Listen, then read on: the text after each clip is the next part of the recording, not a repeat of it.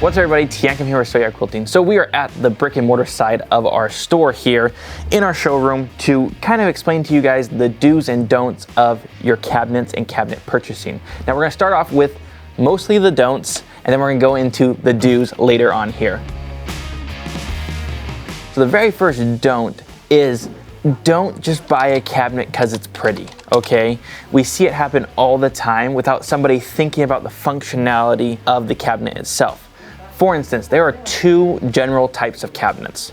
There are closed cabinets and there are open cabinets. Now, a closed cabinet, which is like the one I'm sitting at here, if I go to close up my cabinet, you can see that it's closing up the hole for my sewing machine.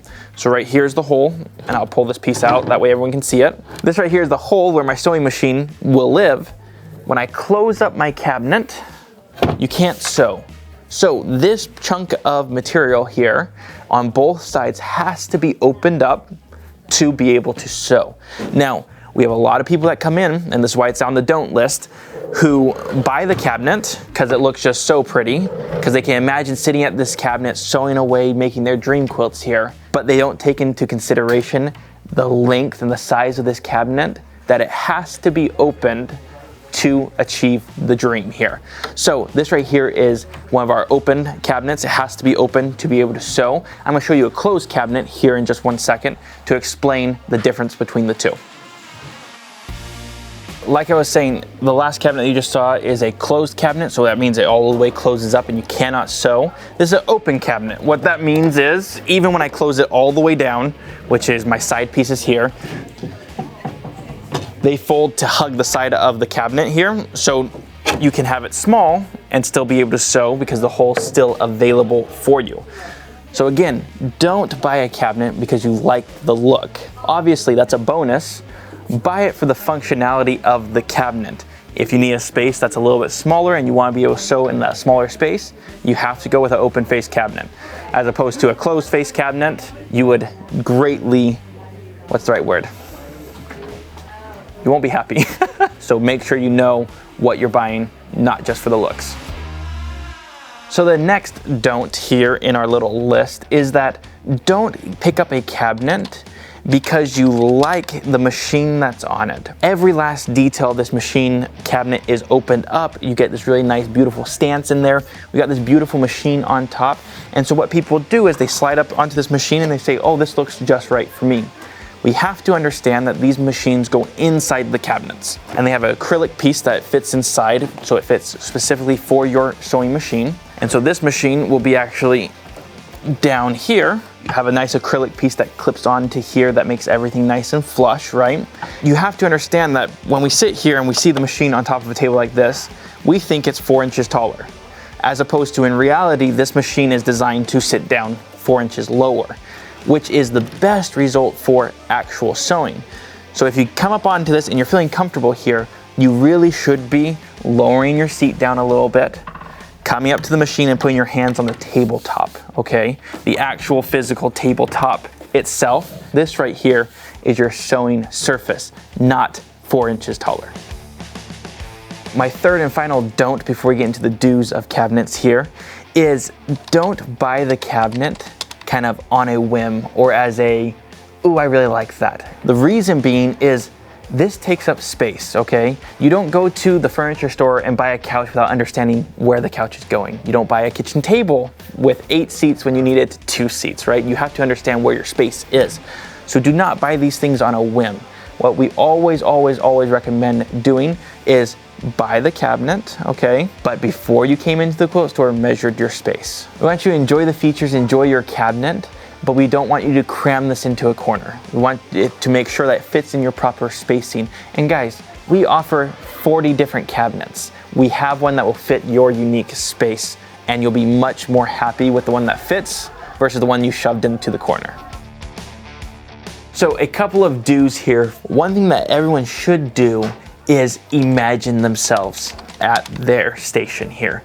Especially if you're seeing these at a trade show, if you're walking in a store, we have this little room set up here just as like an imaginary room here. That way you can sit here if you're somebody that has a serger. Would you like your serger out here next to you? You got your sewing machine here, maybe a little offshoot here to do some cutting, you have to kind of picture yourself in how you sew. Me personally, I put my machine right here. I like to have like marking tools, maybe a ruler or two sitting right here. And I don't necessarily need a right side table for me personally. So I like to sit here and like think about my space, think about how I'm going to use it, and the little things that I wish it could have. That one little thing that you might think you want, you probably have that option to get. So sit down, imagine yourself at your space, so that way you can get the best of the experience. So our next do is imagining the other things you might want in a cabinet. There are also other kinds of cabinets, not just sewing cabinets. You have cutting stations that can be cabinets. You can get some with drawers, you can get some with cubbies. Not only that, you can get end cabinets that will kind of attach to the end of your cabinet to extend it just a little bit further. There's a lot of other little teeny pieces that you can add on to your cabinet to make it perfect for you, or maybe you just want a really nice cutting station to add into your room. It is always the best decision to invest into yourself here. Cutting stations, our cabinets, all those kinds of things are 100% designed to relieve back pain, neck pain. If in your ideal sewing room, you might want a little extra 2 feet onto the side because you do something special. Or maybe you want a taller standing cutting station. You have these options as well. So just make sure as you're doing it, as you're kind of visualizing your room, what does that perfect setup look like? Now my third and final do here for you guys, and this is one that's contrary to kind of what people talk about here, which is haggle. Sewing machines and cabinets are in the same category in our industry. So they have margin to work within to make sure that price matches what you want to pay, and also that you feel like you get a good deal, and it's also beneficial for the business as well. So haggling is 100% acceptable with sewing machines and cabinets. I have this little display here for you guys to see. This cabinet is normally $2,700. Normally at a trade show, that's the price you're gonna see is $2,700. However, they're actually, if you go down to the haggling of it, they're gonna drop it down $700 for you to help better fit your budget. Or they might do something else for you guys, especially if you're buying a sewing machine and you're trying to add on a cabinet. You have some power of haggling that you're able to do. Or maybe there's something that you are totally okay spending the $2,700 for this beautiful cabinet, and you want $700 of in-store credit. Maybe you want $700 of accessories for your new sewing machine that you're buying with your cabinet. There is room to haggle in these machines and also in the cabinets. So make sure you're taking advantage of that. Now, with that caveat though, take a step back here. We never write on our stuff it's $2,700. We always write on it that's $2,000 to kind of prevent the haggling process. That way the customer just knows we're giving you a good price. We've already dropped it down to the max bottom that we can go. Same thing goes for other stores out there. All I'm trying to say, and the only thing I'm trying to point out here is, if you see a price and you've seen a lower price somewhere else, that now gives you room to haggle, and make sure you are doing those things.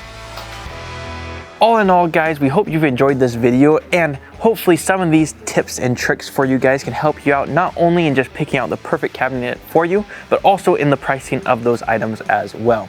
Not only that, if you have any specific questions for us, make sure you let us know down in the comment section. We love to hear what your questions are, and we try to answer as many as we possibly can, especially because we understand that these are larger purchases. This isn't going out and buying a yard of fabric. You're buying a normally multi-$1,000 piece of equipment to better your experience. So we want to make sure that we can provide you with the best service possible, whether or not you're purchasing the cabinets from us or from one of your local dealers there. So with that being said, we appreciate you guys, and we'll see you on the next one.